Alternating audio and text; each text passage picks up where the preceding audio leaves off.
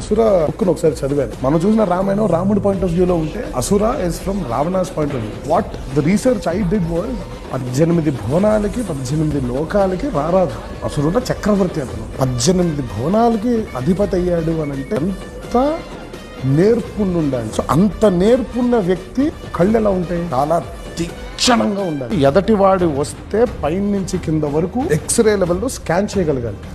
So కళ్ళు ఇలా పెట్టాలన్నమాట. అంటే రాముడు లాంటి వ్యక్తి యుద్ధానికి రావణాసురుడు వచ్చినప్పుడు చూసి అస్టానిష్ అయిపోయి ఒక పద్యాన్ని అందుకున్నాడు. సో అతను నిలబడితే ఎలా ఉండాలి. దాని తర్వాత పౌలస్య బ్రహ్మ అన్న వేదాల మీద అసలు అంత కమాండ్ ఉన్న వ్యక్తి శివుడినే అసలు ఆల్మోస్ట్ గడగడలాడించేశాడు తన భక్తితో. అంటే పట్టుదల ఎంత ఉండాలి, అహంకారం ఎంత ఉండాలి, అసలు ఇన్ని తెలిసిన వ్యక్తి ఎంత మాట్లాడాలి. This was minute details which I thought. ఇంత ఒక ఎత్తు అయిపోయిన తర్వాత నత్తి అన్నారండి. రావణాసురుడు పాయింట్ ఆఫ్ వ్యూ ఒకవేళ నేను నత్తిగా ఎవరికైనా ఏదైనా ఆదేశం ఇస్తే నోరు విప్పితేనే భయపడిపోయే వ్యక్తులు తను నత్తితో మాట్లాడితే ఇంకా భయపడడం మొదలు పెట్టాలి.